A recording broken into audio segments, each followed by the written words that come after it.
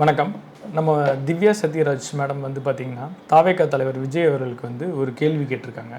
என்ன கேள்வி அப்படின்னு பார்த்தீங்கன்னா, அரசியலுக்கு வர்றதுக்கு முன்னாடி நீங்கள் மக்களுக்காக என்ன பண்ணியிருக்கிறீங்க அப்படின்னு ஒரு கேள்வி கேட்டிருக்காங்க. அரசியலுக்கு வரணும்னா அப்படி ஏதாவது ரூல்ஸ் இருக்கா என்ன? மக்களுக்கு ஏதாவது பண்ணியிருந்தா தான் வரணும், மக்களுக்கு எதுவும் பண்ணலைன்னா வரக்கூடாது அப்படின்னு ஏதாவது ரூல்ஸ் இருக்கா என்ன? அப்படிலாம் கிடையாது ஆக்சுவலாக. அதாவது அரசாங்க வேலைக்கு, கிளர்க்கு வேலைக்கு கூட 10th 12th டிகிரி வேணும் அப்படிங்கிறது இருக்குது. ஆனால் அரசியலுக்கு மட்டும் எந்த எலிஜிபிலிட்டியுமே கிடையாது.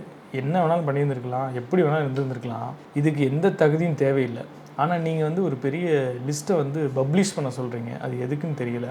நீங்கள் வந்து புரோட்டீன் கொடுத்தீங்க, ஊட்டச்சத்து மாத்திரை கொடுத்தீங்க அப்படிங்கிறதுக்காக எல்லாரும் கொடுக்க முடியுமான்னு கேட்டால் முடியாது.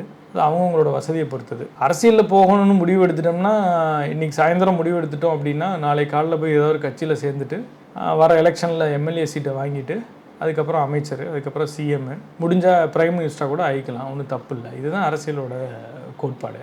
அப்படி இருக்கும்போது அதுக்கு ஏதாவது வரைமுறை இருக்கா என்ன? அப்படிலாம் ஒன்றுமே கிடையாது.